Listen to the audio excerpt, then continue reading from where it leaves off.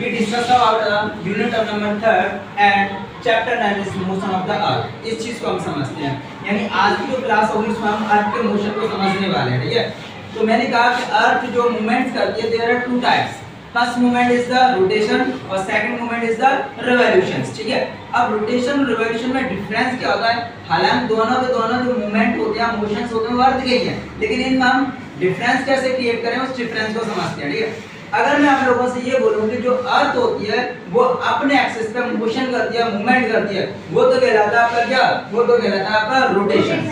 Same अगर दूसरे चीज को डिफाइन को समझे हम, जब अर्थ रोटेशन करते करते यानी अपने एक्सिस पे रिवॉल्यूशन करते करते या मूवमेंट करते करते जब वो सन के अराउंड में क्या करती है? मोशन करती है, मूवमेंट करती है, वो कहलाता है आपका रिवॉल्यूशन। ठीक है, दोनों डिफाइन क्लियर है। यानी जब अर्थ अपने एक्सिस पे क्या करती है? मोशन या मूवमेंट करती है, वो तो कहलाता है आपका रोटेशन।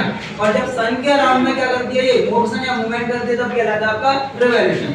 अब इसको हम एक एक्टिविटी से समझते हैं, अर्थ की एक्टिविटीज क्या होती है। ठीक है, देखो आ जाओ आप आ जाओ। ठीक है, तो ये कौन है? आपकी क्लास का एक स्टूडेंट है जिसका नाम क्या है?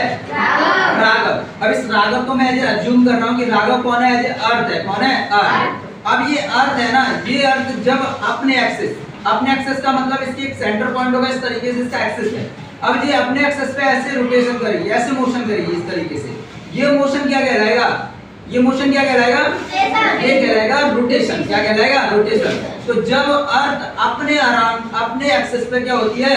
मोशन करती है, मूवमेंट करती है, तो वो क्या कहलाता है? रोटेशन। तो इसकी डिफाइन लिख सकते हैं हम। क्या डिफाइन लिखेंगे? तो हम कहेंगे कि rotation is the movement of earth on its axis. ये क्या कहलाएगा? ये कहलाएगा रोटेशन। अब चलते हैं हम दूसरा एग्जांपल लेते हैं रिवॉल्यूशन का। Second motion of the earth हो गया आपका रिवॉल्यूशन। और रिवॉल्यूशन को समझने से पहले मुझे क्या लेना पड़ेगा? सन लेना पड़ेगा, क्योंकि सन क्या होता है? हमारे सोलर सिस्टम का सेंटर क्या होता है? सेंटर पार्ट होता है। अब सन को कौन लेगा? आजा। और क्या नाम है तुम्हारा? तनिष्क। इनका क्या नाम है? तनिष्क। ये भी आपकी क्लास का एक स्टूडेंट है। तो मैंने तनिष्क को ऐसे अज्यूम किया है कि ये कौन है? एज सन है। कौन है?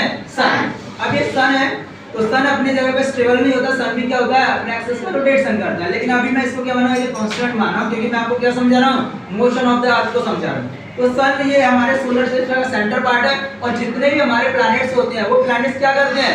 वो सारे सन के अराउंड में क्या करते हैं? मोशन करते हैं। तो यही मोशन कहलाता है हमारा रिवॉल्यूशन। लेकिन मैं अर्थ के पास चलता हूं, ये मेरी अर्थ है। इस अर्थ को मैं क्या करूंगा? इस